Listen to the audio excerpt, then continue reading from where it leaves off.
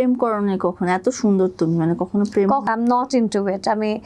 আমি আসলে আমার ক্যারিয়ার নিয়ে সিরিয়াস, আর আমার মনে হয় যে আমি আসলে মানে আমি এখনো 90s 80s এর লাভে বিলিভ করি। তো এখন হ্যাঁ, ওইখানে বলতে কি যে আমি এখন জেনজি জামানায় বা এই জেনারেশনের প্রেম আজকে দেখা কালকে কফি পরের দিন ডেট, এই জিনিসটার জন্য আসলে আমি এখনো I am looking for the 90s 80s love, যেখানে একটা ছেলে আসবে যাকে I love wholeheartedly, and সেও আমাকে ওভাবেই চাবে যে আমাদের মাথা অন্য কোথাও যাবে না, আই লাভ হিম, সো সেই আমার সব, তার জন্য আমার দুনিয়া উজাড় করে দিব, and he will also be the same.